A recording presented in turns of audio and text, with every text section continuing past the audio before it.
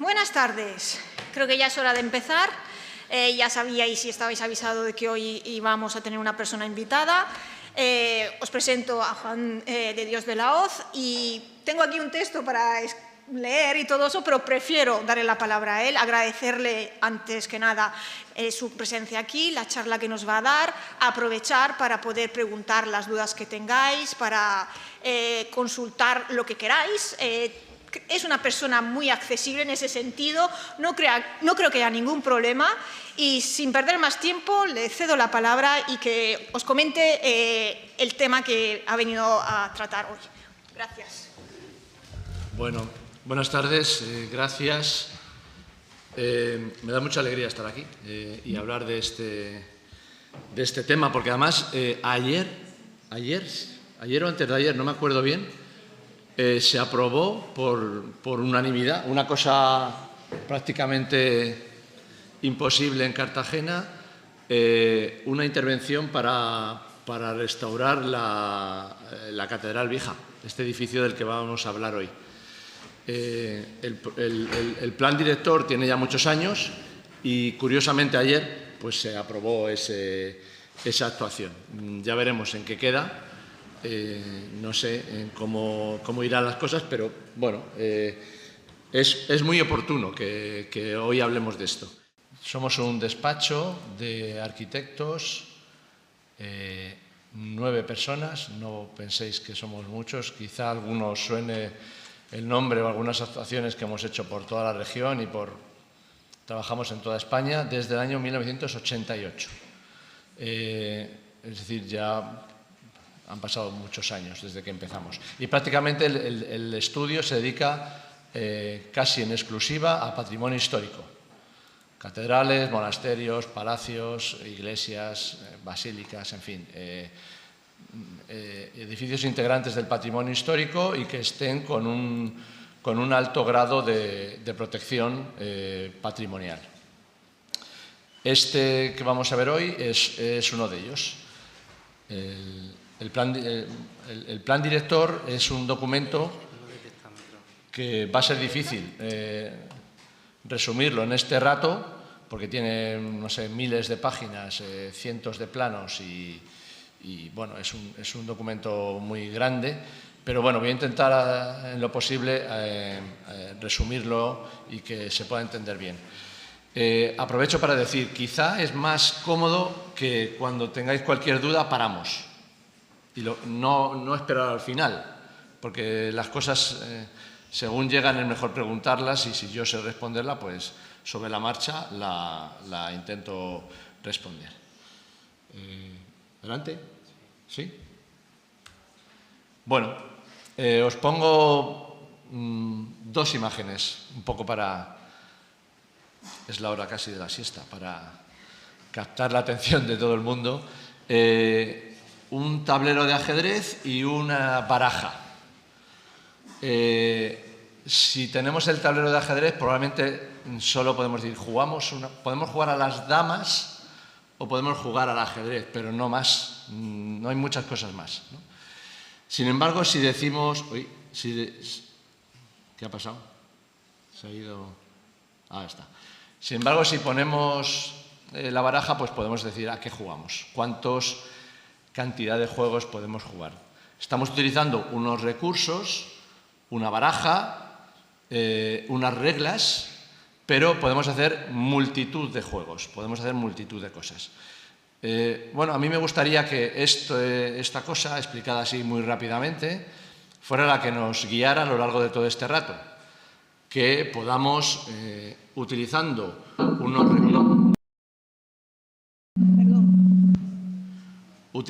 unos recursos claros, establecidos, unas reglas que todos, como técnicos, estamos obligados a respetar, pues tengamos el suficiente abanico como para crear lo que se nos pide a los arquitectos. Y es que hagamos cosas hermosas, y hagamos cosas bellas, y que además se puedan utilizar. Por supuesto, que cumplan el código técnico y todas esas cosas. que en patrimonio es un poco más difícil. Pensad en cualquier iglesia, en cualquier catedral, en cualquier monasterio, todos estáis en cuarto o en máster pues todos sabéis lo que son las instalaciones en un edificio. Ahora pensad cómo meter esas instalaciones en una catedral, procurando que no se vean, procurando que cumplan, procurando que la gente esté a gusto dentro de ese edificio y que no lo alteremos de manera irremediable, como ocurre y hemos visto algunos ejemplos en muchas ocasiones. La segunda imagen que quería que vierais es esta. Esto es un edificio de la región. Se llama la esquina de la... Bueno, le llaman la esquina de la muerte, en la iglesia de El Salvador de Caravaca de la Cruz. Es un edificio interesantísimo, un edificio renacentista con una historia, bueno, que no viene al caso, pero que es importante y que tiene muchos elementos que lo hacen protegible. Por tanto, en ese edificio, si queremos intervenir, pues tendremos que contar con los antecedentes históricos, con el emplazamiento, el uso, las normas. Fijaos en esa foto, en una sola esquina hay una señal de tráfico, un cartel blanco debajo que creo que es del itinerario de la ciudad, un cartel rojo que marca la ruta de los conventos, 2 carteles naranjas más arriba, un espejo, y todo eso en apenas 2 metros cuadrados. Si esto, que es una esquina de un edificio, lo trasladamos a una catedral, a un monasterio, a un castillo, puede sucedernos que intentar cumplir con las reglas, con las normas, con los itinerarios accesibles o no, con los grados de confort, con lo que queráis, nos lleve a esto. Es decir, que lo añadido distorsione tanto el origen que se pierda. Creo que tengo aquí una imagen, cuando ya hemos restaurado el edificio y quitado todo eso, en la cual todos esos valores que hay ahí, el valor ecológico, el arquitectónico, el documental, el histórico, el significativo, el estético, todos esos valores son los que le pedimos a la arquitectura del pasado. Cuando se encarguen, me gustaría que a lo largo de este rato penséis en que dentro de nada vais a estar en la calle y os van a hacer un encargo. Y os van a hacer un encargo de una iglesia, por ejemplo. No hace falta que sea una catedral, una iglesia, cualquiera, la iglesia de vuestro pueblo. Pensad que cuando terminéis la obra, lo ideal sería que esa iglesia fuera capaz de mostrar al visitante y al usuario todos esos valores que tiene. El valor arquitectónico, el valor histórico, mostrarlos, que se leyeran y que en lo posible el edificio fuera más auténtico que cuando empezasteis la obra. Porque si lo que hemos hecho ha sido que el edificio es menos auténtico, pues quizá nos hemos equivocado. El concepto de autenticidad es un concepto difícil. De hecho, es curioso, la Ley de Patrimonio de 1985, la Ley de Patrimonio del Estado español, dice que las intervenciones deben hacerse en aras de la autenticidad. Y, sin embargo, en ningún sitio de la ley se define autenticidad. No se dice qué es auténtico o qué no es auténtico. Bueno, siguiendo con esta foto, aparte de todo eso, está una cosa importantísima que es el paisaje. Hoy día es imposible deslindar el patrimonio histórico, un edificio, de su paisaje. No estoy hablando de un paisaje verde o de un horizonte o una zona... No, el paisaje que lo circunda. Puede ser una ciudad, un pueblo, un lugar que tiene unas características comunes y configura un paisaje. Sacar ese edificio de ese paisaje significa restarle una parte de su autenticidad. Paisaje, belleza, por supuesto, y ahí tenéis la imagen de la misma esquina sin todas esas cosas que lo alteraban, y curiosamente debajo, vuelvo a poner la anterior, debajo ha aparecido, a ver, ¿se ve así? Ha aparecido esto, que es lo que se llaman vítores. Vítores son viva, viva, y debajo el vítor se pone una V, una T, es como un acrónimo, ¿no? Una V, una T, una O y una R, todas juntas. Y debajo un nombre. Eso significa viva fulanito. ¿Por qué? Porque terminó la carrera, porque se doctoró, porque dio un dinero para el edificio, por lo que fuera. Esos vítores, que antes de la obra no se veían, le dan valor al edificio y, por tanto, incrementa su valor. Le estamos dando un valor añadido, que no es ni de uso, ni de tipología, no, es un valor añadido de su historia, es un documento de la historia. Y lo digo así como un ejemplo, pensad en un libro. Un edificio de este tipo debe leerse como se lee un libro. Abrís el libro por la página 1. Uno no abre el libro por la página 40 y empieza a leer por la página 40, empieza por la 1 y va leyendo. ¿Y qué pasa cuando llega a la 16 y le aparece una página horrorosa? No la arranca. No me ha gustado la página 16. Pues la arranco. No.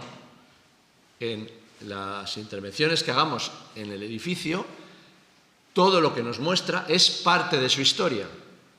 Y si algo no nos gusta o algo consideramos que no es importante, en principio no debe arrancarse, porque forma parte de la historia continuada del edificio. Sobre todo cuando no coincide la época. Imaginad una catedral gótica en el cual pues, hay una capilla renacentista, construida 200 y pico años después. Si conserváramos una unidad de estilo, todo lo que no fuera gótico no sería original. Pero eso lo que estaría haciendo sería restarle valor si lo eliminamos, porque forma parte de la historia del edificio, aunque no sea de su momento original. Por tanto, tenemos que buscar todos esos aspectos, además del que ya os he comentado de la autenticidad. Y quizá es el aspecto más difícil. ¿Cómo hacer que lo que le hagamos a un edificio le proporcione autenticidad? Pues hay una forma clara, que es esa que yo os pongo ahí, es utilizando oficios, materiales y técnicas tradicionales. ¿Eso significa que haya que ser antiguo o que no se pueda ser moderno? No, no significa eso. Esta estructura es una estructura de madera hecha con un material tradicional, en este caso es una madera laminada, pero es un elemento moderno. Se puede hacer restauración, se puede hacer intervenciones sobre los edificios del pasado, contemporáneas, de nuestra época, de nuestro momento, pero que no degraden la autenticidad del monumento. Y, por tanto, llamémoslo consejo o una buena pauta es utilizar estos oficios, materiales y técnicas tradicionales. Yo os he puesto ahí unos cuantos. Todos esos que veis ahí están por orden alfabético, así que es fácil encontrar alguno que a alguno os guste. Incluso hay alguno que diréis, no lo había oído en mi vida. Bueno, puede ocurrir porque no son oficios que hoy en día se hagan muy habitualmente, pero sí se hacen muy habitualmente en intervenciones sobre patrimonio histórico. En concreto, yo he señalado en rojo, fijaos que son casi todos, los que vamos a necesitar para intervenir en la Catedral Vieja de Cartagena, si a nosotros nos encargarán la obra, que aprovecho para decir que no es así. Es decir, nosotros hicimos el plan director, con ese plan director se prepararon las bases de un concurso, y ese concurso de ideas se presentaron varios arquitectos y nosotros quedamos cuartos. Por tanto, no vamos a hacer el proyecto de la Catedral Vieja. No pasa nada, los concursos están para ganarlos y para perderlos. Cuando salgáis de aquí, ojalá tengáis mucho trabajo, pero lo normal es que no. Lo normal es que uno tenga que presentarse constantemente a concursos, porque cuando se acaban los cuñados, los hermanos y la familia que te encarguen cosas, que ya aprovecho para decir que es mejor decir que no, y si son amigos todavía más. Si un amigo se encarga una obra, por favor, decidle que no, porque perderéis la obra y el amigo, es mejor que se lo encarguen a otro. Cuando se acaben esos encargos así, pues hay que presentarse a concursos. Todos lo hacemos y estamos constantemente, si queremos hacer una arquitectura, pues que no sea... Hombre, uno puede dedicarse a hacer, yo qué sé, lo que a uno le guste, ¿no? Pues a mí me gusta hacer chalés unifamiliares, pues fantástico, para eso no hace falta hacer concurso, hace falta hacer una oferta muy buena y rebajar mucho esos honorarios, porque si no, pero eso es otro tema que no me quiero meter en este día.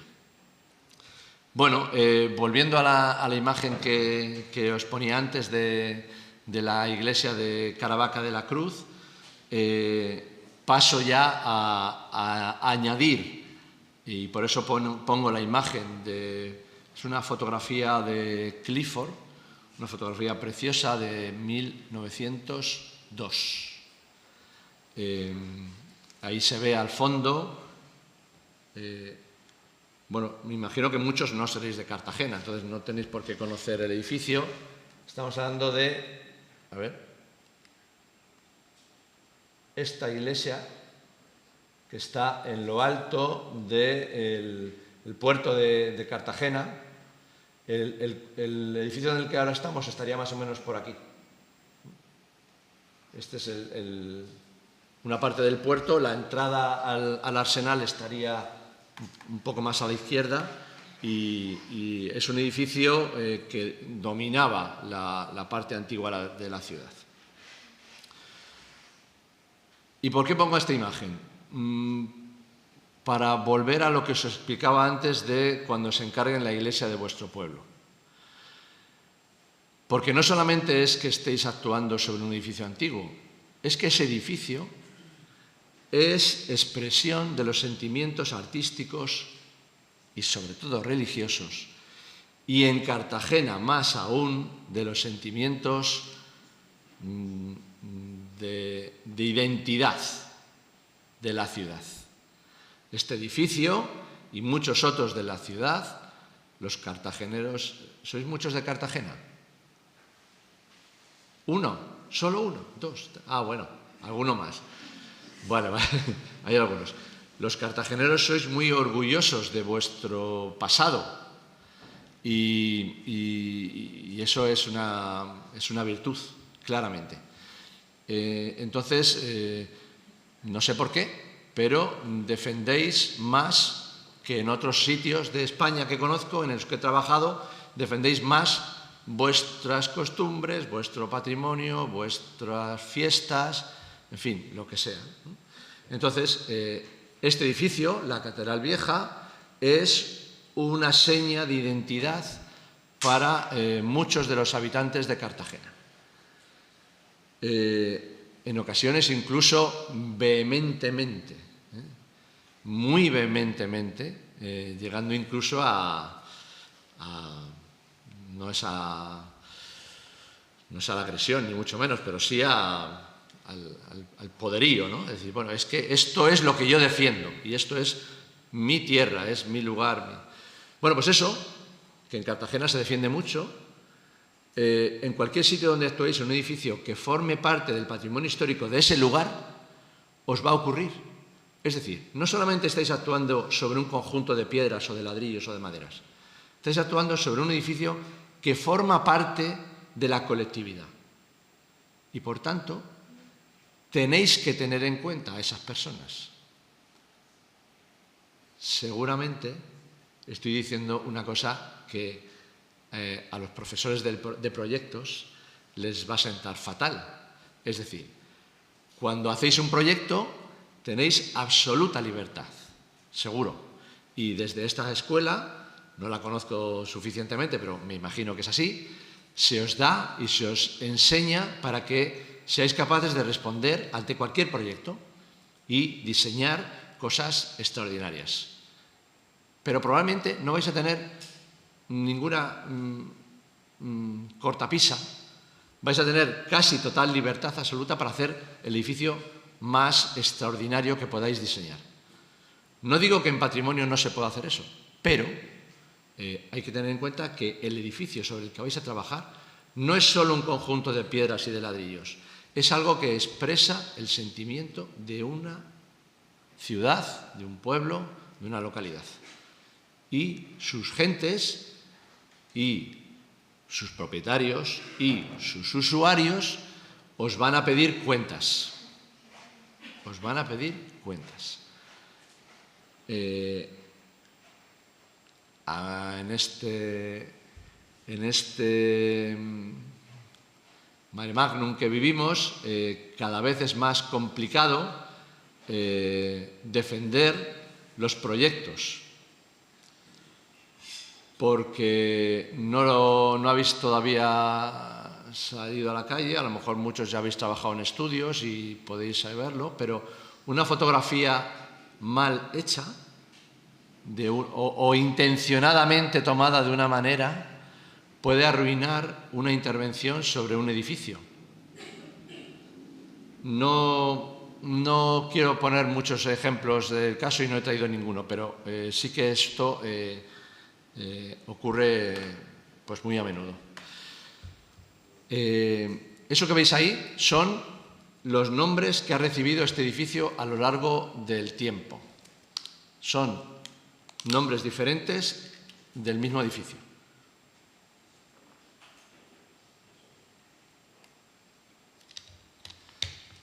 ¿Eso qué significa? Que lo importante no es el nombre. Lo importante es lo que alberga, lo que contiene, lo que nos puede enseñar, lo que muestra al visitante o a la persona que vive en la ciudad. No es importante el nombre. Lo importante es intentar recabar todo aquello que ha influido a lo largo de los siglos en ese edificio. Y claro, este tiene además la particularidad que no ocurre casi nunca, y es que está sobre un yacimiento. Casi nunca no.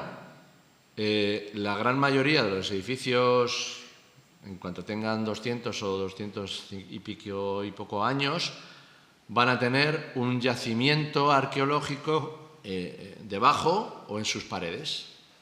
Van a ser una parte más de ese documento de la historia que os decía antes.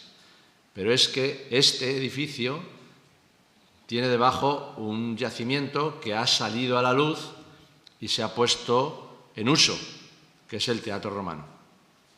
Entonces, es una vuelta de tuerca más, un proyecto un poco más difícil de lo que habitualmente son los proyectos de intervención sobre el patrimonio, que efectivamente tienen debajo cosas y en las paredes, pero no tantas. Es que aquí hay un teatro, ahora vais a ver los planos. ¿Conocen el edificio? ¿Sí? Físicamente allí, ¿no? Perfecto. Entonces, como lo conocéis perfectamente, no me detengo mucho. Tampoco me detengo en el equipo, pero si alguna vez hacéis planes directores, pues tendréis que contar con un equipo parecido a este. En este caso han sido 30 profesionales pues hay casi de todos, arqueólogos, historiadores, químicos, físicos, geólogos, petrólogos, bueno, hay casi de todo, porque hay que barrer todos los campos para tener la más amplia documentación posible sobre ese edificio. ¿Para qué? Para que una vez que tenga toda la documentación posible, tomar las decisiones y trabajar con conocimiento de causa en las decisiones que se van a tomar. Bueno, la recopilación de los estudios que se han hecho sobre el edificio son las que os pongo ahí. Arqueología, geología, botánica, liturgia. Liturgia es importante por esto que os decía ayer. Ayer creo que me mandaste el recorte, ¿no? Ayer se aprobó esto que os digo, que se recupere el edificio, pero para su uso religioso. Había gente que no estaba de acuerdo en la votación, pero bueno, salió por unanimidad, con algún matiz. El propietario del edificio es el obispado. Lógicamente, si el propietario es el obispado, lo lógico es que sea un edificio religioso. Si el obispado es el ejército, pues lo lógico es que sea un edificio destinado pues, a los tanques o a los barcos o a lo que sea, ¿no? Lo digo porque el tema de la liturgia es un tema muy importante, porque este tipo de edificios habitualmente, cuando se encuentran en este estado, y ahora lo vais a ver, se dedican a cosas que no tienen que ver con la liturgia. Es decir, que se dedican a cosas que no son celebrar actos religiosos, fundamentalmente misas. Bodas, bautizos, comuniones y misas normales y de diario. En este caso, lo que se ha pedido es que se vuelva a ese uso. Cosa ciertamente difícil, porque este edificio dejó de usarse porque la gente no quería subir la cuesta. Y se construyó Santa María de Gracia, que está ahí al lado, y está abajo, y no hace falta morirse para llegar arriba a oír misa, porque está en el llano. Entonces, bueno, ¿se van a celebrar actos litúrgicos? Pues sería muy deseable. ¿Se va a convertir en una parroquia? Pues no. No, porque ni tiene población, alrededor de la catedral vive poquísima gente.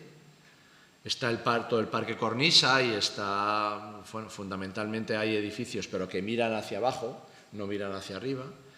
Hay poquísima población y esa población no va a ir a celebrar a la catedral, va a ir a otras iglesias que les vienen más a mano.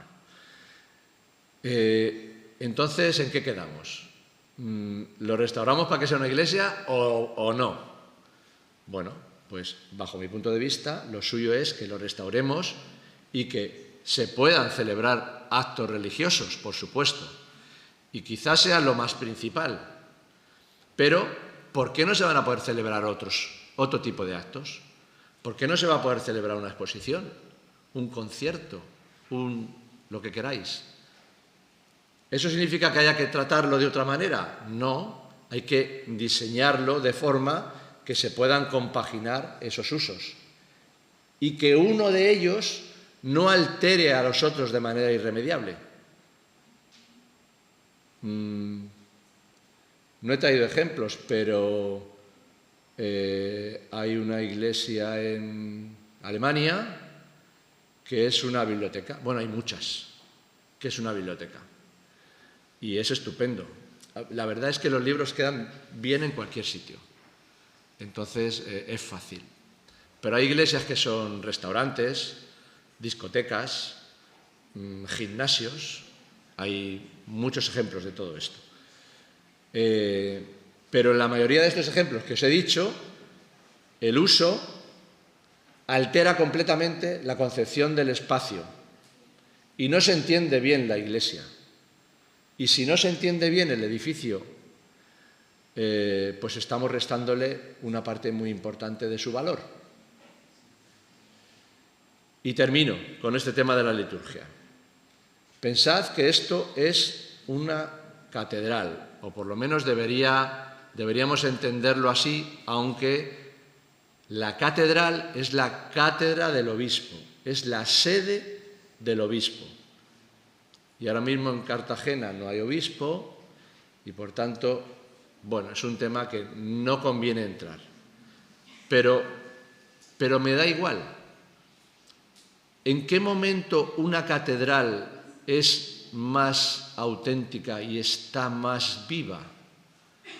Pues probablemente cuando está el obispo celebrando, no sé, una misa crismal, por ejemplo. Una misa crismal es una misa donde se reúne todo el presbiterio de la diócesis, es decir, todos los curas de la diócesis, se sientan allí alrededor del obispo, se llevan los óleos y se bendicen esos óleos.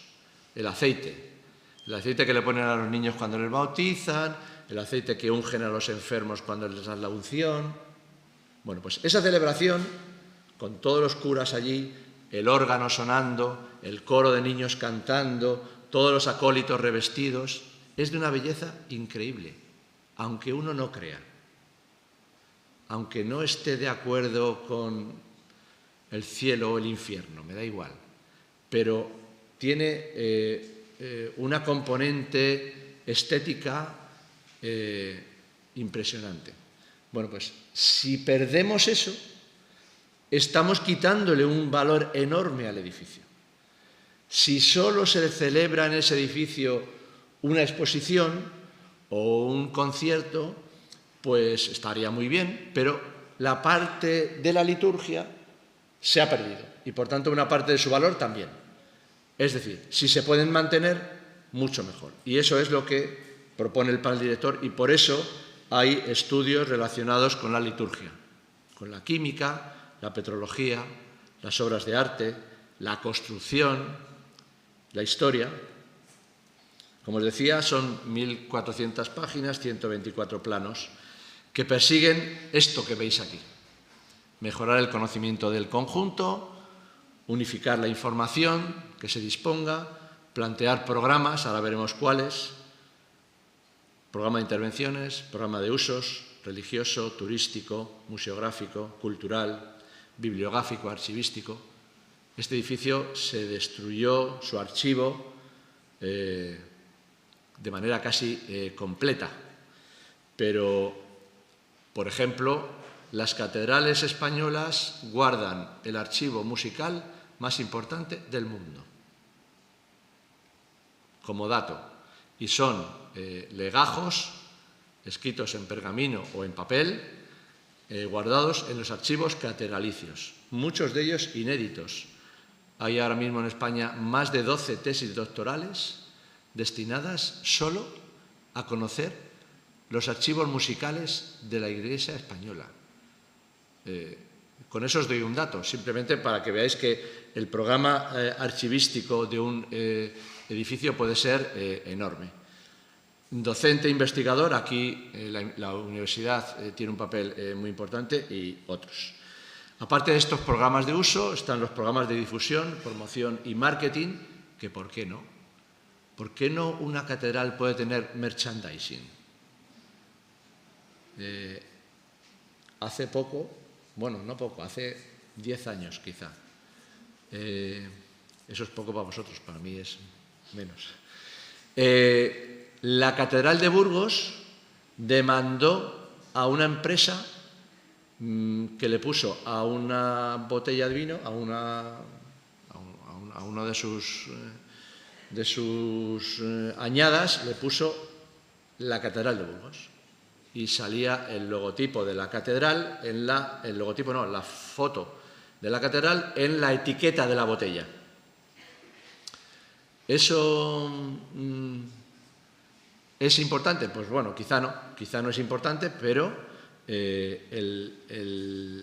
que es cierto es que estos edificios tienen un valor de marca de por sí, sin hacer nada. No es necesario dar publicidad en televisión, ni en radio, ni en ningún sitio. Se publicitan ellos solos y, por tanto, pueden obtener unos rendimientos económicos de campañas de marketing o de publicidad o de lo que sea. Luego, si eso supone un beneficio económico, de imagen, de conocimiento en el resto del mundo o de lo que sea, ¿por qué no? Y por tanto, el plan director contempla un programa de difusión y marketing. Lógicamente, un programa de mantenimiento. Estos edificios no están así de destruidos porque sí. Si uno no hace un mantenimiento, pues los edificios se degradan.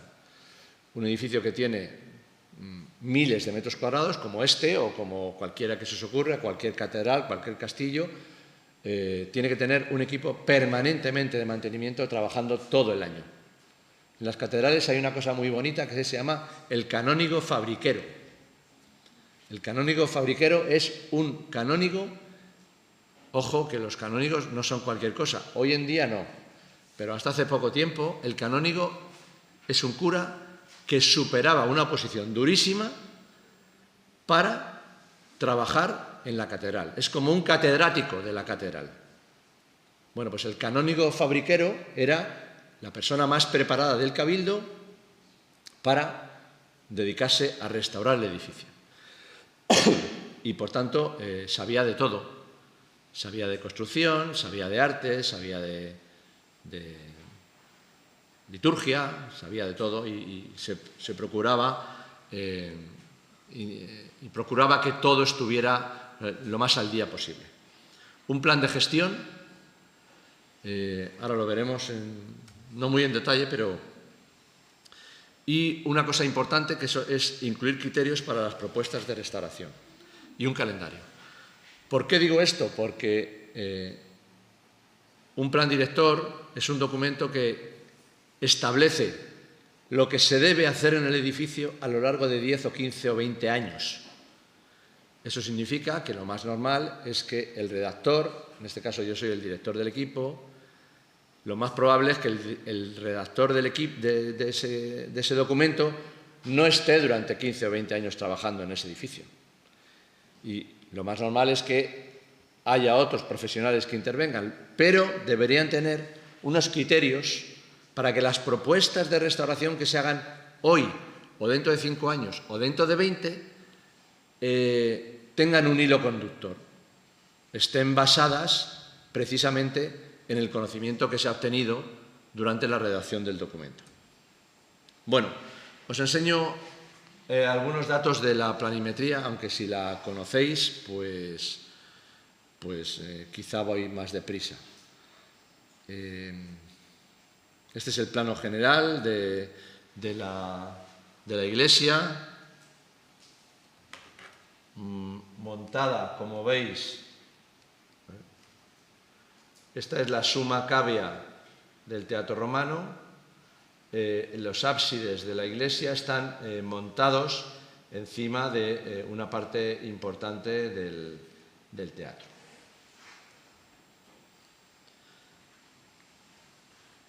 Esa es la planta y un par de imágenes, un poco de contexto para que veáis la situación del edificio en el barrio en el que se encuentra. Creo que tengo alguna imagen que ahora veréis antes de la excavación. ¿Eso lo conocéis?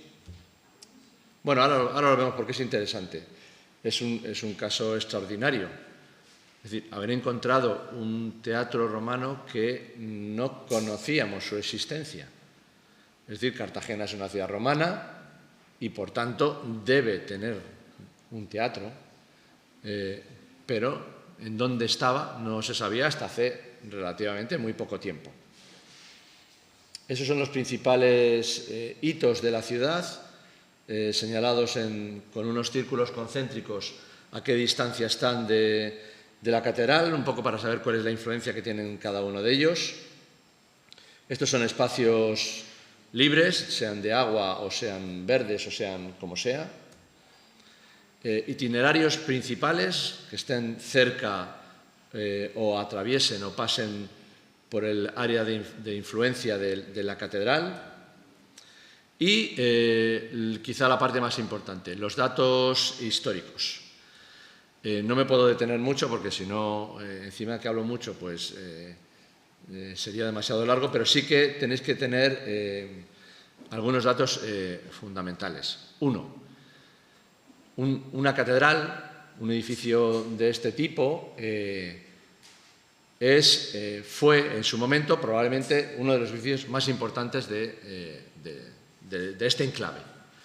Si pensáis en la Catedral de Murcia, en la Catedral de Burgos, la de Salamanca, la que queráis, pues casi la ciudad crece en torno a las catedrales. Por tanto, son edificios que influyen de una manera muy fundamental en la evolución de una ciudad y en el caso de Cartagena pues no es diferente. Lo que sí que es diferente es que el edificio está prácticamente destruido. Quedan una serie de restos, pero no tiene cubierta, y parte de la planta se ha perdido y, bueno, eso también forma parte de la historia. Y como además hay un yacimiento tan importante debajo, pues tiene un valor arqueológico importantísimo. A pesar de todo esto, a pesar de que está destruido, tiene mucha importancia histórica y hay que intentar conservar todos esos aspectos. Unido a lo que yo os decía antes, a las creencias religiosas. Ahí arriba sabéis que hay, bueno, no sé si sabéis, pero hay una cofradía. La cofradía del Cristo del Socorro tiene su Cristo... ¿Se fue? Ya vuelve. El Cristo debería estar arriba, en su capilla. No está, porque no tiene condiciones y no puede estar, pero es su sede y de hecho la procesión, es una procesión preciosa, sale el Cristo de la catedral y recorre las calles de Cartagena en Semana Santa. Bueno, ya os he dicho lo del yacimiento arqueológico. Os enseño algún plano del edificio. Este es el plano de 1816 de Cayetano Ballester, Carlos Cayetano Ballester. Es probablemente el mejor plano que conservamos del inmueble y creo que lo he puesto... Ah, no, este es otro de Francisco de Pablo Aliber, 1881, es decir, 70 años después de este. Este, bueno, está mucho menos definido y es un plano un poco raro. Este es el que está recogido en el inventario que hace González Simancas de la región de Murcia, un documento que nos sirve a todos los que nos dedicamos a esto para muchísimas cosas. Bueno, ahí están los tres planos, junto con el de la derecha, es el que hemos levantado ahora para el plan director, están más o menos a la misma escala y están puestos todos en el mismo sentido. La cabecera arriba, al norte, y la entrada hacia abajo, hacia el sur, digamos, hacia el sur, no hacia el sur geográfico, sino en la parte de abajo de la hoja. Un poco para que veáis la enorme diferencia que existe entre el plano del estado actual, que es el de la derecha, y los planos de los edificios en los diferentes momentos de su historia. Los planos de esta catedral en los diferentes momentos de su historia. Esta imagen es una imagen estupenda. Es la parte... es esta parte de aquí. Esa puerta es esta y este ábside es este. Aquí había pegado un edificio que era una L que hacía así. Bueno, ese edificio se demolió a principios de siglo XX, no a principios, no, un poquito más tarde, y hoy en día no queda nada de él. De hecho, parte de la salida desde el pasadizo del Teatro Romano está del museo, está en el lugar que ocupaba ese edificio. Esa es una imagen del interior del templo antes de que se demolieran una parte muy importante del inmueble, y es toda la parte del lateral que se llama del Evangelio. La nave del Evangelio siempre se llama la que está mirando al altar a la izquierda, es decir, mirando al altar desde el público. Uno ve el sagrario normalmente en el centro, mira, pues la nave que está en el lado izquierdo, esa es la nave del Evangelio. Bueno, la nave del Evangelio, allí la veis en aquella imagen, era una nave y capillas, con unas pequeñas columnillas que separaban unos espacios de otros. Y es también muy interesante ver los arcos. Esos arcos que se conservaron, pues son arcos encamonados. ¿Y eso qué es? Esos son arcos que no son arcos de fábrica, no son arcos de ladrillo, ni son arcos de piedra. Son arcos encamonados, es decir, están hechos con camones, camones de madera. ¿Y qué es eso? Pues hay un carpintero que traza con madera esos arcos y utiliza tablillas para conformarlo, pero no es un arco que sujete una fábrica por encima, porque no tiene capacidad estructural. Es un arco realmente decorativo. Luego esos arcos, esas tablillas, esos camones, se daban de yeso por debajo y es prácticamente imposible saber de qué materia están hechos, porque están perfectamente ejecutados y si los ejecutan este tipo de oficiales de finales del siglo XVIII, principios del siglo XX, pues es prácticamente imposible discernir de qué material están hechos, a no ser que pase esto, que es que han perdido todo y se ve perfectamente el camón. Ahí los veis un poquito mejor quizá. Estáis viendo parte de las capillas del lado del Evangelio cerradas con una reja y protegidas con esos arcos un poco raros que no tienen el mismo lenguaje que tenía el edificio en origen. ¿Y por qué? Pues porque el edificio sufre una intervención profundísima por parte de un arquitecto que es Víctor Beltrí. Víctor Beltrí es un gran arquitecto, ahí está. Es un gran arquitecto que trabaja en la ciudad, hace muchísimas obras y le encargan una intervención en este inmueble, en esta iglesia.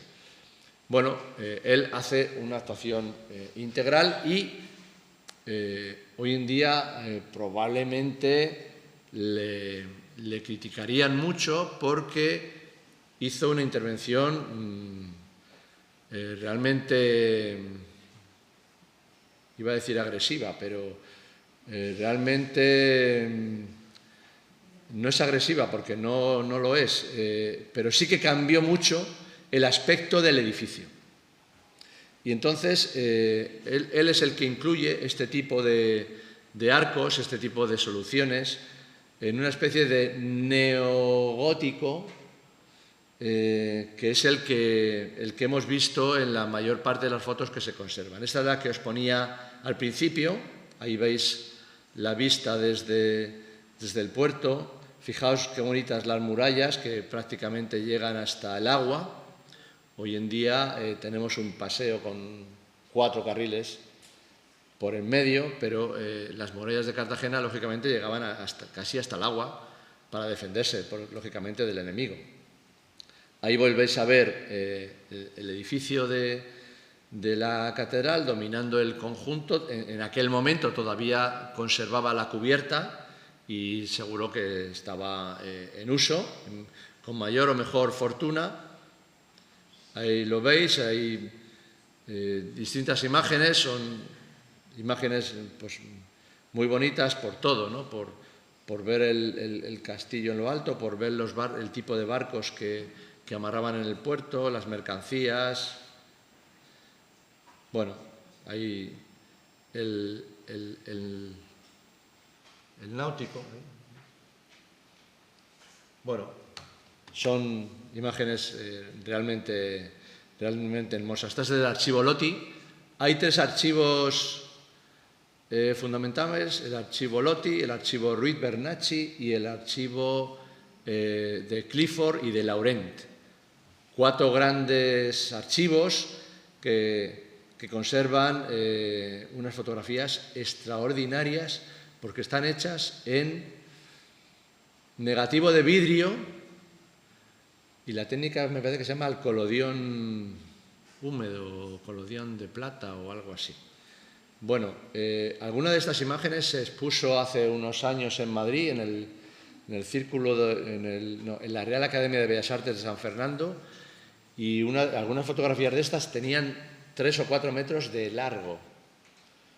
Imaginaos la calidad que es capaz de sacarse de ese negativo. Son negativos grandes, de tamaño de una A4 más o menos, un poquito más pequeños. Esos negativos son capaces de dar una calidad increíble. Si alguna vez os encargan un edificio antiguo, buscad enseguida estos archivos, porque si tenéis la suerte de que Laurent o Clifford o quien fuera los fotografiara, vais a tener unas fotografías realmente extraordinarias. Esta es un poco más cerca, la anterior un poco más cerca. Y estas son las del interior. Fijaos qué impresionante, ¿no? Si habéis estado ahí arriba en el edificio y lo habéis visto tal cual está ahora, pues fijaos qué impresionante esta imagen. Esto sería una imagen más o menos desde la mesa del altar, mirando hacia la nave derecha, hacia la nave del Evangelio. Esos arquillos que veis ahí, esas columnillas que veis ahí, son esas que os decía yo antes que han desaparecido casi por completo. Pero quedan las huellas, se podrían recuperar.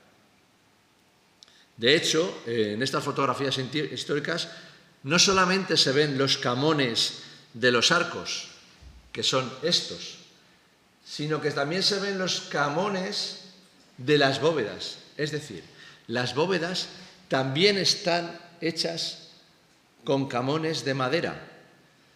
Por debajo parece ser, ahí no se ve muy bien, ahí hay un resto, ¿lo veis?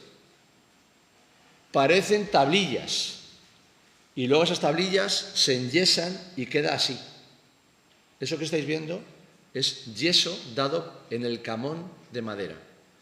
Pero es probable que algunas fueran de tablillas y otras fueran de caña, de cañizo, porque es muy habitual en la arquitectura de toda la región utilizar las bóvedas de cañizo.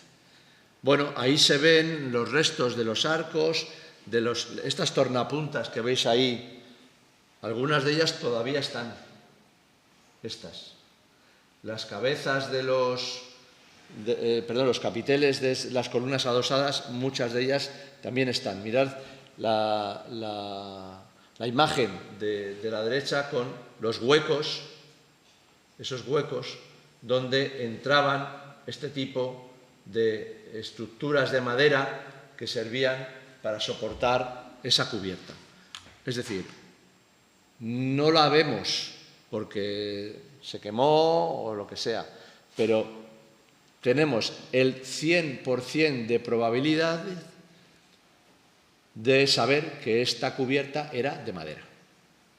Luego por debajo se le pone todo lo que le pone Beltrí para esa imagen que habéis visto antes, pero la estructura que cubría el edificio y que evitaba que entrara el agua era de madera, con esas piezas que veis ahí horizontales y ajabalconadas, inclinadas. Bueno, había 2 líneas de carga fundamentales, que son las de los pilares, que he hecho un pequeño juego que es poner ese plano de la izquierda encima del plano de la derecha. A ver si se ve al trasluz. Ahí. No se llega a ver, ¿no? A ver. No se llega a ver. Bueno, el caso es que coinciden exactamente la ubicación de los pilares. Lo que pasa que, en este caso, los pilares originales son, llamémosle, cuadriformes, en forma de cruz griega, por decir algo, y sin embargo los pilares que hoy vemos son mucho más historiados, porque Beltrí lo que hace es que le adosa columnillas en prácticamente todas las caras. Por eso tienen como un mayor volumen. Ahí veis otra de las imágenes. La pilastra de la derecha refleja esto que os digo. Se ve una estructura que es esta, que probablemente es original, y unas pilastras adosadas con unos camones de madera que luego se les da un tratamiento como si fueran sillares de piedra, pero que ya habéis visto que es de camón de madera. Está hecho una estructura, una especie de trampantojo, o como queramos llamarlo, ¿no? Ahí veis a la derecha pues ese tipo de capiteles. Son capiteles con formas humanas y con formas de ángeles que rematan prácticamente todas las pilastras del templo y que están adosadas a la fábrica original. Algunas en muy mal estado y, aprovecho para decirlas, todas ellas de hormigón, porque estamos a principios del siglo XX y se está empezando a generalizar el uso del hormigón. Y me detengo aquí 2 minutos por el tema del hormigón.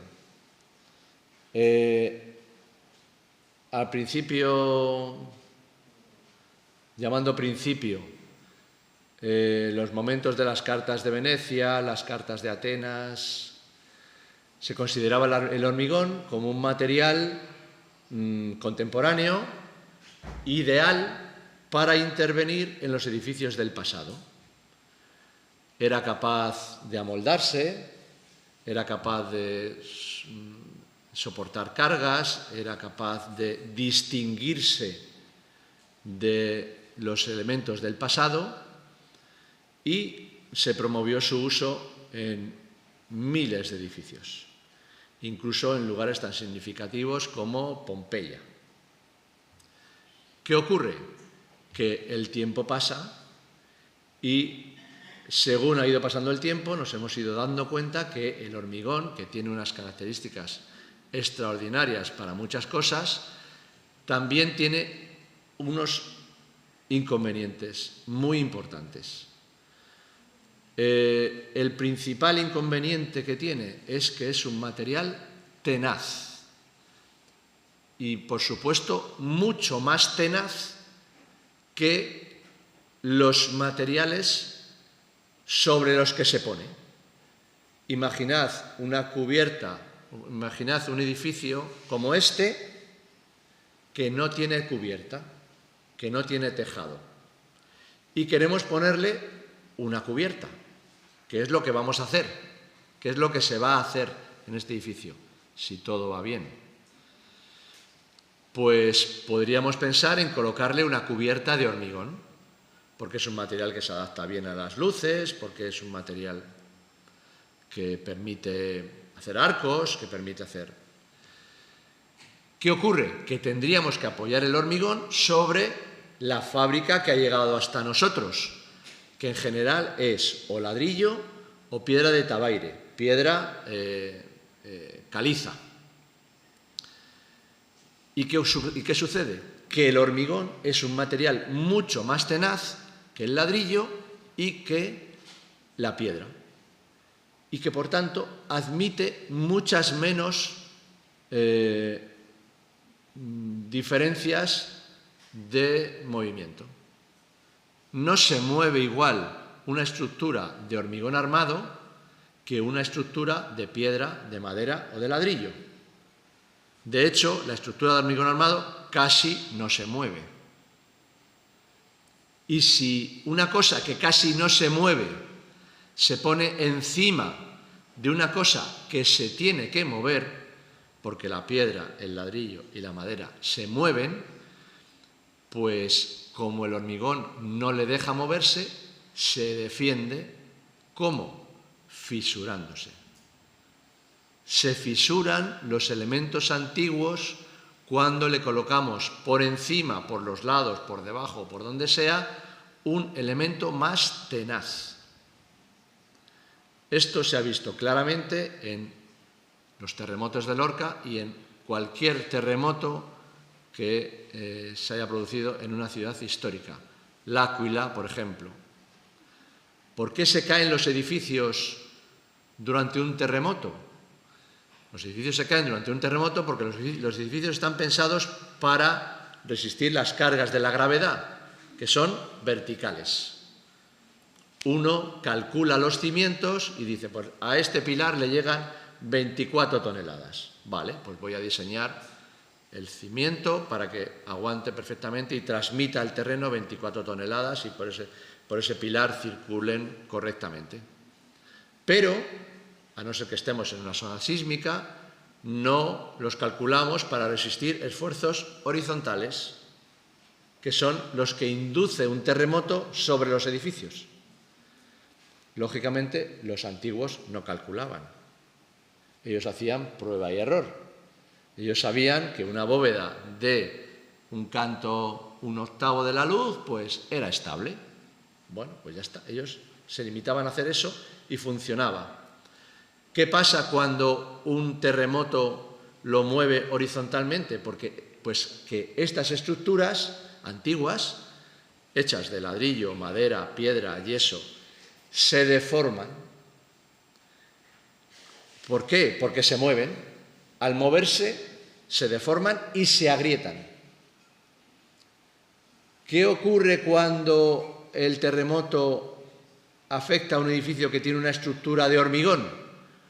Pues que la estructura de hormigón no se mueve al compás de la estructura antigua, sino que se mueve como una losa de manera uniforme. No se mueve. Imaginad que aquí hubiera un terremoto. Ese palo se movería de forma distinta de ese y distinta de ese. Cada uno tiene una libertad de movimientos suficiente para contrarrestar los efectos de un terremoto. Si esta cubierta fuera de hormigón, toda la cubierta se movería al compás, se movería de manera unitaria. Y de hecho, en Lorca, las cubiertas de los edificios bajos, al moverse, golpearon a los edificios altos, colapsándolos. Una de las iglesias de Lorca colapsó precisamente por este motivo. En resumen, el hormigón es un material que desde hace ya 20 años o un poco más está muy limitado en las intervenciones sobre el patrimonio histórico. ¿Eso significa que esté prohibido? No. ¿Eso significa que sea maldito? No. Eso significa que, ojo, cuando lo ponemos, porque puede causar algún problema. Prácticamente todos los decorados de Beltrí son de hormigón. Esta es la imagen del Teatro Romano y la catedral desde el Cerro de la Concepción, ¿no? Sí. Y ahí encima la imagen mejor que tenemos de la catedral. ¿La pongo otra vez? Esta con esta. Como veis, está la puerta, está esta zona, está el ábside, no está este edificio en L que os comentaba antes, está ahí parte del arranque de la torre, ¿veis? Parte del arranque, parte de este espacio, que es la capilla, la puerta, este elemento, el ábside, el segundo ábside que debería estar ahí. Pero esto ya son muchos elementos del teatro romano.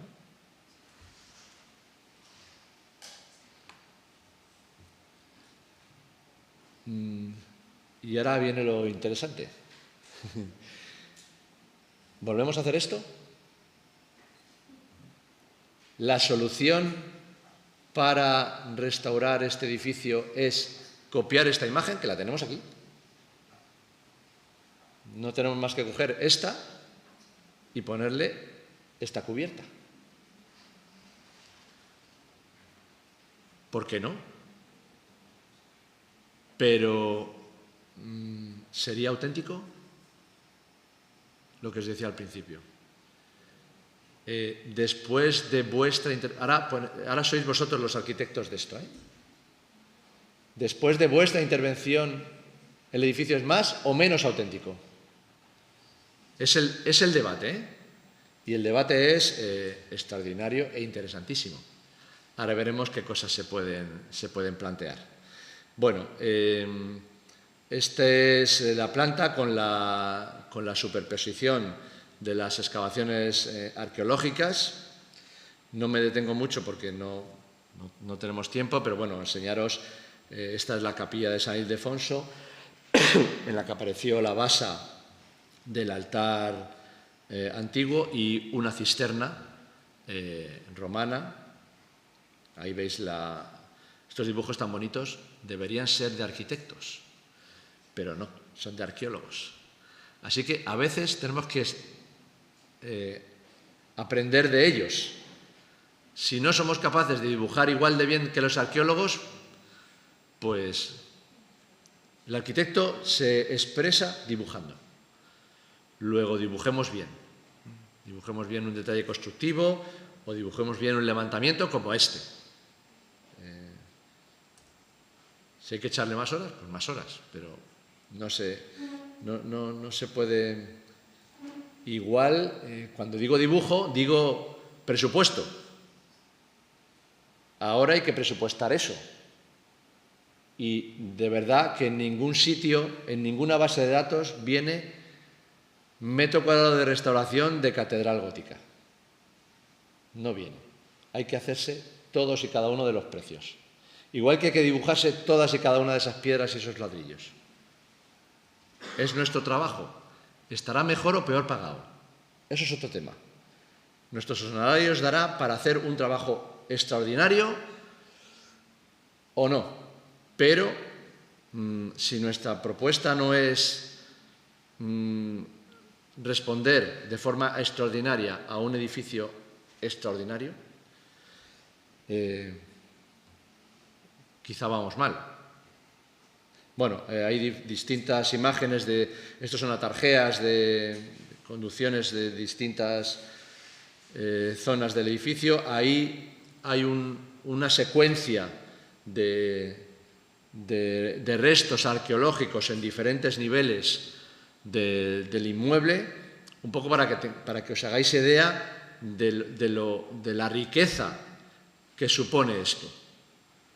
Si estuviéramos en otro lugar, en un solar, en otro sitio, que no fuera Cartagena, y hubiera un promotor inmobiliario, estaría horrorizado si le salen restos arqueológicos porque pues seguramente no le van a dejar hacer el parking o va a tener que poner los pilares de una forma determinada para no estropear los restos. Para un promotor inmobiliario es una tragedia y probablemente una ruina. Pero para este caso no es así, porque todo esto que está ahí es valor añadido al edificio. La Iglesia, el obispado, que es el propietario, no espera rendimientos económicos de esto. Por tanto, no le importa que haya restos. Es más, le encanta que haya restos. Y si los puede poner en valor, mejor. Y si los puede mostrar, mejor.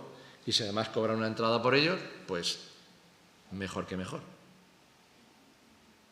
Lo digo porque la leyenda negra de las relaciones, te miro a ti porque como eres arqueóloga, pues relaciones entre los arqueólogos y los arquitectos es que nos odiamos. Bueno, hay un arqueólogo odioso y muchos arquitectos y arquitectas odiosos también, hay de todo. Entonces, esa situación, que es cierta, no lo es cuando estamos en patrimonio histórico. de verdad, es una alegría y una situación extraordinaria que en un edificio sobre el que estamos trabajando aparezcan este tipo de cosas, aparezcan restos, aparezcan elementos del pasado que no se conocen o que sí se conocen. Ahí vais viendo los diferentes cortes donde se va enseñando cada una de las plantas y su relación con el teatro romano y con los distintos estratos. Pero fijaos, a pesar de eso, el plan director propone todas estas excavaciones arqueológicas que veis ahí marcadas en rojo. Es decir, no nos es suficiente, hay que seguir excavando, hay que seguir haciendo estudios sobre el edificio, hay que seguir planteando propuestas. Y el plan propone estas que veis aquí. Bueno, las he señalado en color rojo, bueno, no me detengo mucho, pero hay muchas intervenciones. Cada una de ellas busca un objetivo. Algunas ya se han hecho. Esta es la capilla del Cristo, ¿no? Sí. Eso es un muro que cerraba, era un muro de tabique hueco doble, ahí lo veis. Bueno, pues al hacer un agujero se ve que continuaba la cornisa, la veis ahí, ¿no? Aquí es donde estaba el tabique, que rompen. Este es el tabique, ¿lo veis? Lo rompen, pero la cornisa sigue. Ahí está. Entonces, bueno, ese tipo de cosas sirven para quitar este tabique, hacer toda la lectura de ese paramento, hacer la lectura arqueológica. En el suelo aparecen todos los restos del antiguo altar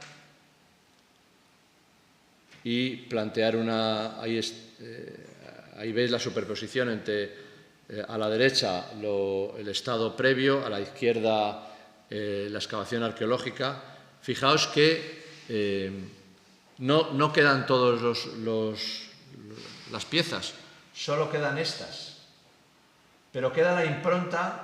Esto que estáis viendo aquí es como el culo de la pieza, donde estuvo apoyada en su momento, y por tanto sabemos el despiece que tenía ese elemento. Bueno, de forma que ha pasado de tener esa imagen a tener esta, y si el edificio estuviera abierto, pues se recuperaría. Esta es la capilla que está justamente al lado, donde estaban los 4 santos cartageneros, que son estos santos que están aquí, esculturas de Salcillo, sí. Es esta capilla que está ahí.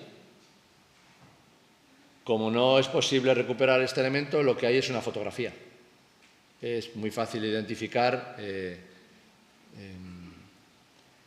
y leer el elemento porque lo veo en la fotografía. Bueno, ahí están los puntos básicos de la metodología de este plan director y en general de todos. Bueno, respeto, actuaciones integrales, mantener en lo posible todos los restos, pero me quiero centrar en 3 que hay ahí abajo, en color amarillo, en color verde y en color rojo. ¿Por qué? Porque en color amarillo está lo que tiene que ver con su situación estratégica. Este edificio es un castillo en lo alto y, por tanto, debemos aplicarle criterios de arquitectura defensiva. Hay una carta, que es la Carta de Baños de la Encina, aprovecho para recomendarla encarecidamente, está muy bien la lectura y, por supuesto, si vais a Baños de la Encina, es un castillo espectacular, merece mucho la pena verse. Lo que estaba en verde es la superposición al teatro romano. Por tanto, también debemos aplicarle las cartas internacionales. En este caso he cogido una que se llama Conservación, Fruición y Gestión de la Arquitectura Teatral Antigua. Es decir, alguien se ha preocupado en el Consejo de Europa o donde sea de redactar una carta con recomendaciones para intervenir sobre teatros antiguos, teatros romanos, teatros griegos, teatros clásicos en general. Y hay una carta donde se dan una serie de criterios. Es decir, hay carta para arquitectura defensiva, carta para arquitectura teatral, y el tercero es el edificio religioso. Y, por tanto, hay un convenio, hay una declaración, en este caso de la UNESCO, para la salvaguarda del patrimonio cultural inmaterial. También el patrimonio cultural inmaterial es importante. Yo creo que en la región tenemos, pues, por ejemplo, los caballos del vino de Caravaca, creo que son patrimonio inmaterial. Y seguro que hay alguna más. ¿Cuál? Sí, por ejemplo. Puede ser. Yo creo que hay varias y bueno, todas son interesantísimas. Y le dan, insisto mucho, es un valor más que tienen este tipo de edificios. Bueno, el plan tiene un esquema DAFO, lo habréis hecho 1000 veces, debilidades, amenazas, fortalezas y oportunidades. Ahí están los planos donde se miden cada una de ellas. No me detengo porque me gustaría llegar a las cosas que os interesan a los arquitectos, que son otras, pero bueno, deciros que un plan director que se precie debe contemplar este tipo de cosas. Ahí están las fortalezas, bueno, un alto valor histórico, bueno, hay muchas, no me detengo mucho. Las debilidades, bueno, la debilidad principal es que no tiene cubierta. Un edificio que no tiene cubierta es un edificio débil, que va a sufrir mucho y, por tanto, hay que corregir esa debilidad. Las oportunidades que hay, que son muchas. Cartagena tiene un boom turístico importantísimo y esas oportunidades hay que tenerlas en cuenta, y también tiene amenazas. La amenaza principal vuelve a ser el agente atmosférico. Si no tiene cubierta, pues está seriamente amenazada. Bueno, vuelvo a la pregunta de antes. ¿Qué hacemos? ¿Qué hacemos? ¿La reconstruimos? Tal cual veíamos esa foto. ¿La demolemos y la hacemos nueva en lenguaje del siglo XXI? Ojo que no sería la primera, ni la única, ni la última. Se demuelen cosas hoy en día y se vuelven a levantar con protección estructural. Debe mantenerse como está. Es decir, hay un extremo que es la tiramos y la hacemos nueva. Y en el otro extremo está la reconstruimos en el lenguaje ese que hemos visto en la foto. Pero hay una cosa intermedia que es decir, bueno, pues la dejamos como está, una ruina. Todos habréis viajado a Irlanda, a Escocia, y habréis visto abadías y conventos sin cubierta. Pero allí, claro, allí está todo tan bonito que está todo verde.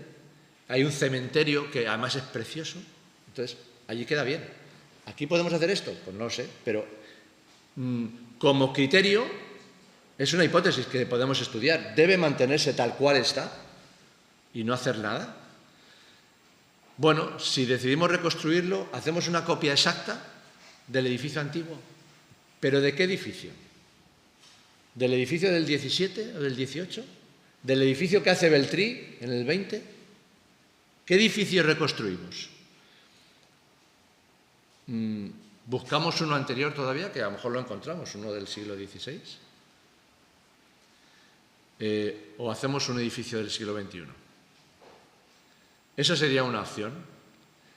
Si lo demolemos, ¿es para dejar un solar? ¿Es para construir un edificio nuevo?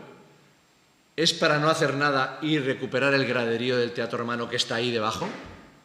Es decir, esta otra alternativa también es importante, Demolemos la catedral y terminamos de excavar el teatro, que le falta una tercera parte, bueno, un poco menos. Bueno, ¿por qué no tomar esta idea en consideración? Como estamos en la universidad, se pueden plantear cualquier tipo de proyecto. No pasa nada. Probablemente, si estuviéramos fuera de la universidad y nos lo encargara el obispado, no podríamos hacer muchas cosas que están aquí. pero como ejercicio teórico es extraordinariamente atractivo. Plantear distintas propuestas de cómo intervenir en el edificio. Y si lo dejamos como está, pues una de dos, ¿le damos uso o no le damos uso? Si le damos uso religioso u otro. Total, que tenemos ahí unos restos de edificio y ahí no hay nada más que preguntas. Y vosotros tenéis que dar la respuesta a esas preguntas, teniendo en cuenta que la sociedad de Cartagena os va a pedir cuentas de vuestras respuestas. Es decir, no solo es vuestro talento, que lo tenéis, no es solo la historia, que la conocéis porque está en el plan director. Ahora tenéis que hacer una propuesta. Y esa propuesta tiene que, no digo contentar a todos, porque eso es imposible, pero tenéis que ser capaces de ir con ella hasta la muerte, de defenderla ante quien sea y de ser capaces de demostrar que sabéis más que nadie de este edificio y que por eso habéis planteado esa solución y que esa es la mejor. Esto es fácil decirlo, pero no es nada fácil hacerlo. Por ello, lo que hicimos en el plan director fue preguntar a la gente de Cartagena y hacer una encuesta. No solamente una encuesta con muchas encuestas personales, sino también con un proceso de participación pública, con mesas de participación pública. Porque, y esto por favor que no suene mal, que no suene feo,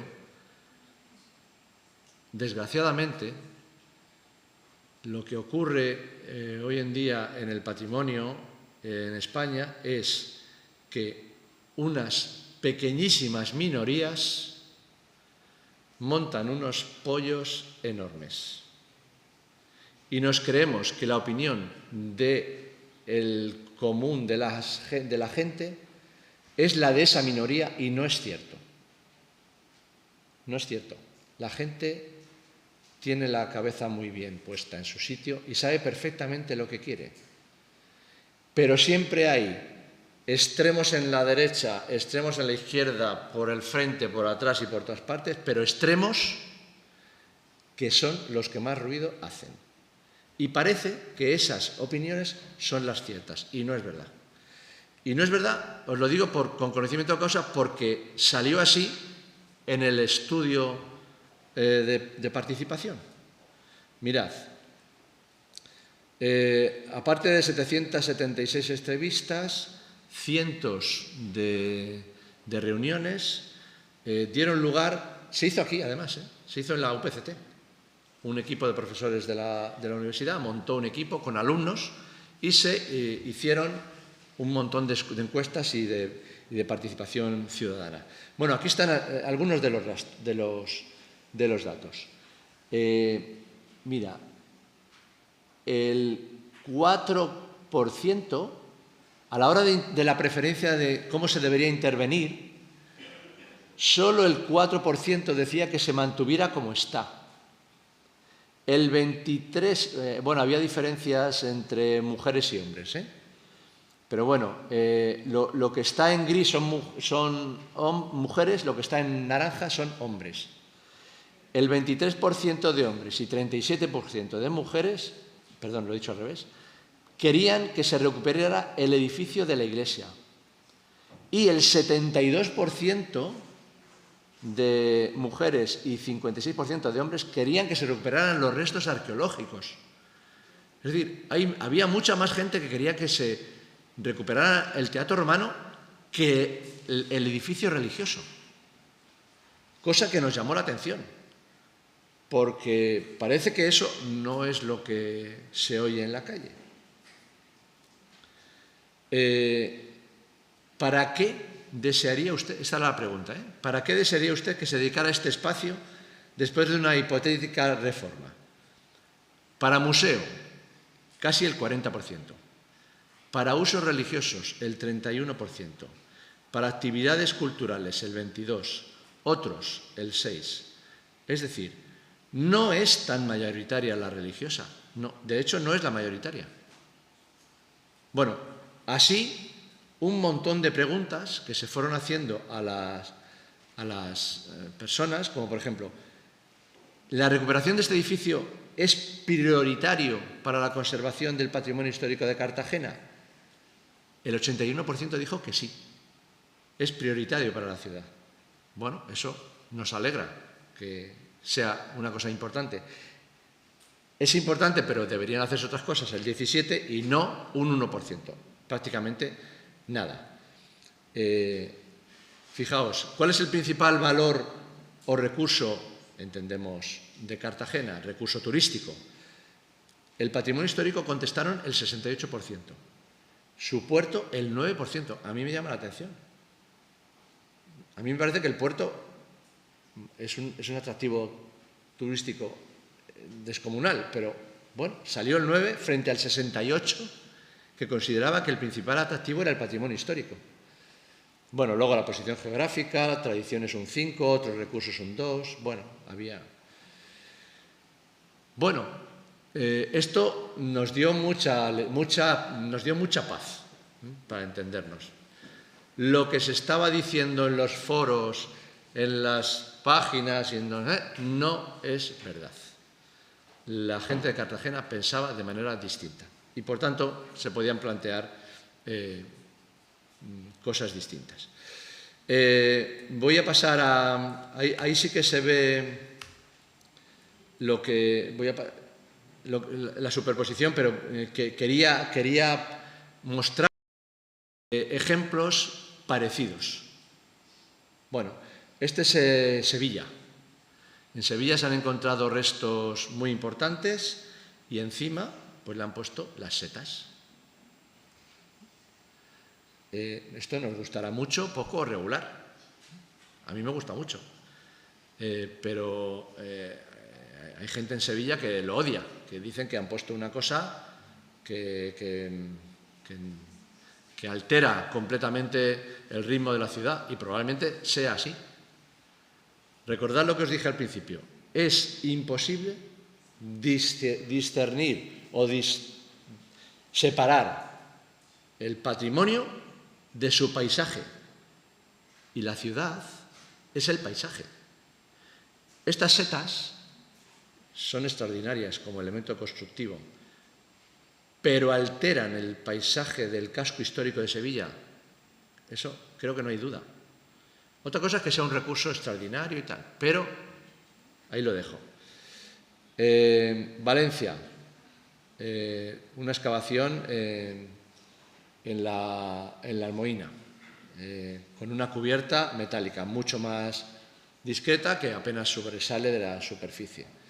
El monasterio de San Juan en Burgos, premio Europa Nostra, un poco para que veáis que hay todo tipo de actuaciones. Grandes vigas de madera laminada de 2 o 3 metros de canto.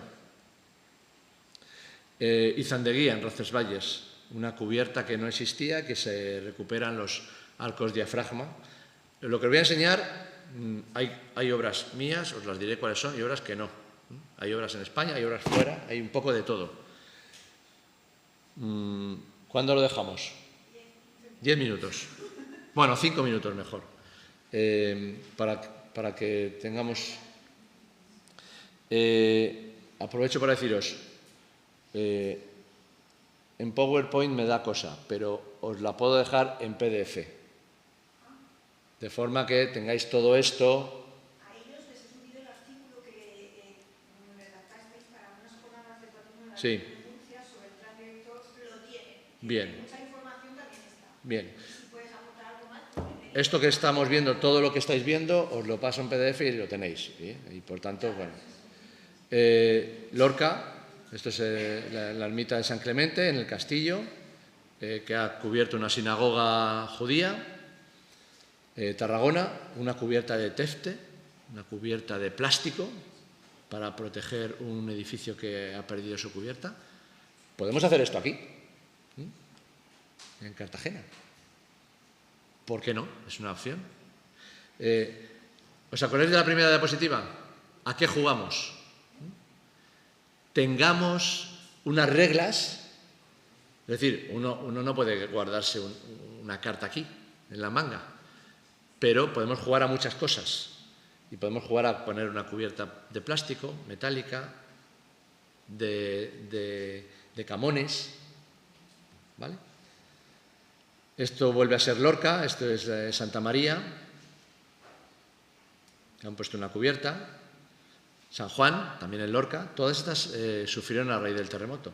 Estaremos más o menos de acuerdo con las intervenciones, pero todas ellas suponen una cubierta sobre un edificio antiguo. Esta es mía, Santiago.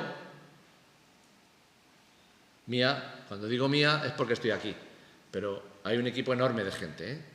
No quiero personalizar. Nuestra, del equipo de gente. Esto es Tarragona, en Galicia, una cubierta de madera, tanto en las vigas como en el tablero. Esta también es una obra nuestra, el Paso Azul de Lorca. ¿Hay algún azul? ¿No hay ningún azul? ¿Y ningún blanco tampoco? Bueno, que no haya blanco no me importa, porque yo soy azul. Entonces, bueno, Sigena, que se ha hecho una intervención muy importante de cubierta de los arcos de la nave norte. Ese también es una obra nuestra.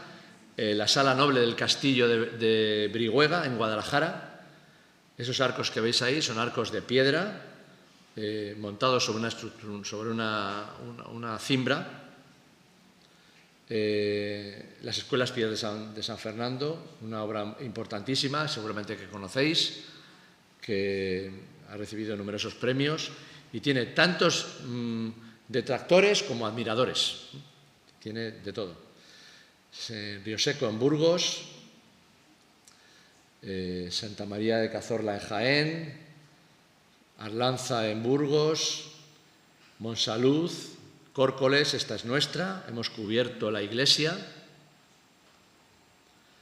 Retiendas, en Guadalajara también es nuestra. Son monasterios cistercienses. Uno no sabe muy bien, cuando vuelve la vista atrás, cómo ha llegado aquí, pero son todo concursos, ¿eh? Sagún, Santa María la Real en Valdeiglesias, se ha cubierto también con una cubierta de plomo, igual que la que os he enseñado antes en Córcoles. La Fundación Afonso Enríquez en Zamora es un edificio extraordinario, merece mucho la pena. En Zamora hay muchas intervenciones de Paco Somoza, un grandísimo arquitecto que merece poco conocido, pero que merece mucho la pena. Vitoria y, bueno, algunas fuera de España. Esto creo que es Hungría. Ecuador, cubiertas sobre las ruinas de edificios. Siracusa, Sicilia. Bulgaria. Portugal. Hay un monasterio que es el monasterio de Bouro, que es este que veis en la imagen, que además es un parador. Buah. Id allí, alojaros un fin de semana y disfrutad de todo, pero del edificio también. Este es de Souto de Mora, un edificio espectacular. Bueno, esto es Dresde, las grandes intervenciones de después de la guerra. Berlín, el Puente de las Cadenas en Budapest, y ahí me quedo. De forma que podáis...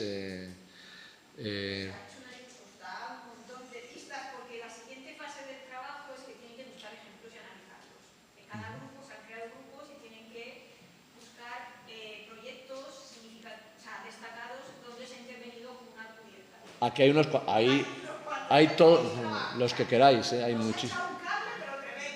Hay muchísimos y muchísimos interesantes. Los hay locos también. No tienen excusa para un profesor que no sé qué No. Ahí. Y bueno, y además está el concurso. Sabéis que se ha convocado un concurso.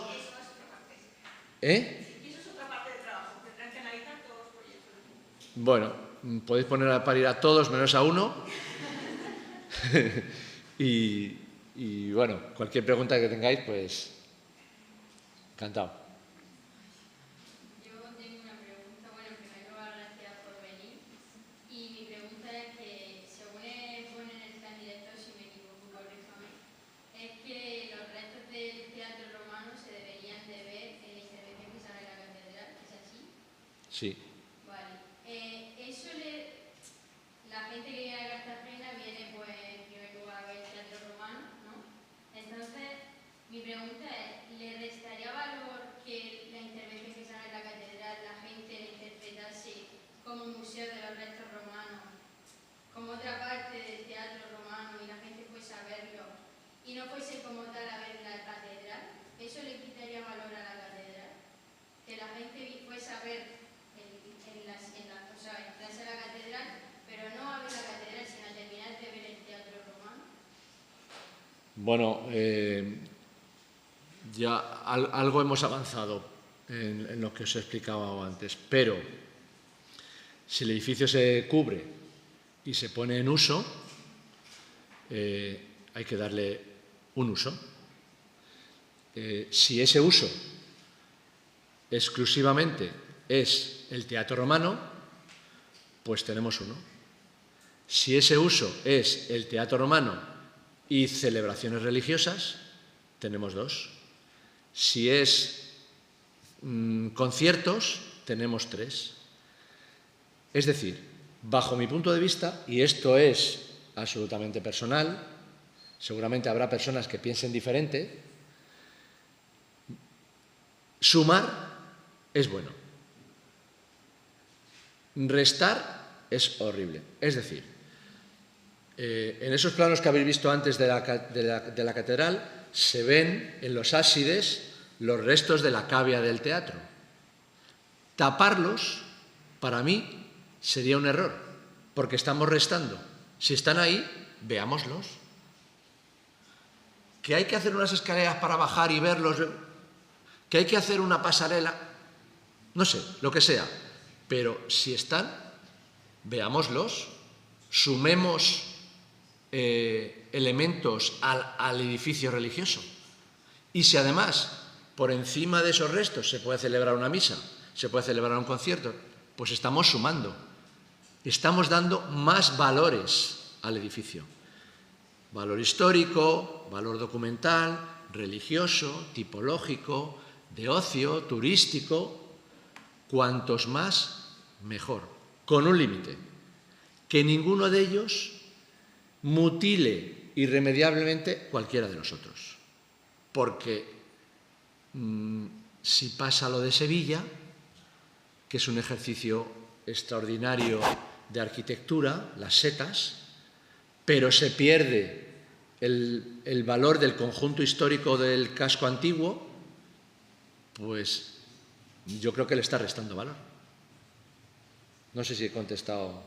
¿Sí? Una pregunta.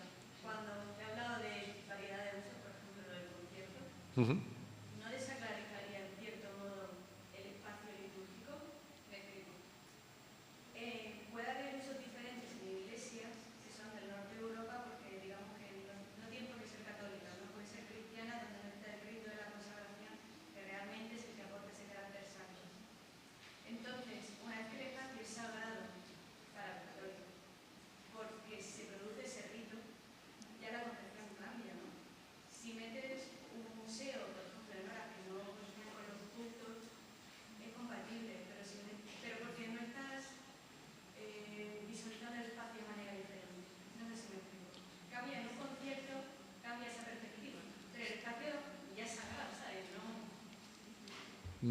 Está muy bien la pregunta. Lo que es sagrado es lo que allí se guarda y lo que allí se celebra. El espacio es lo que lo contiene. Y me explico. Si en una iglesia se celebra un concierto de órgano, el órgano de la catedral de Burgos, de Murcia, o de Burgos, de la que queráis, Santiago, la que queráis, se celebra un concierto de música religiosa barroca, a nadie le extraña. Vale. Yo cuando digo que se haga un concierto no estoy diciendo que venga DJ no sé qué. No sería ni el lugar, ni el aforo, ni nada.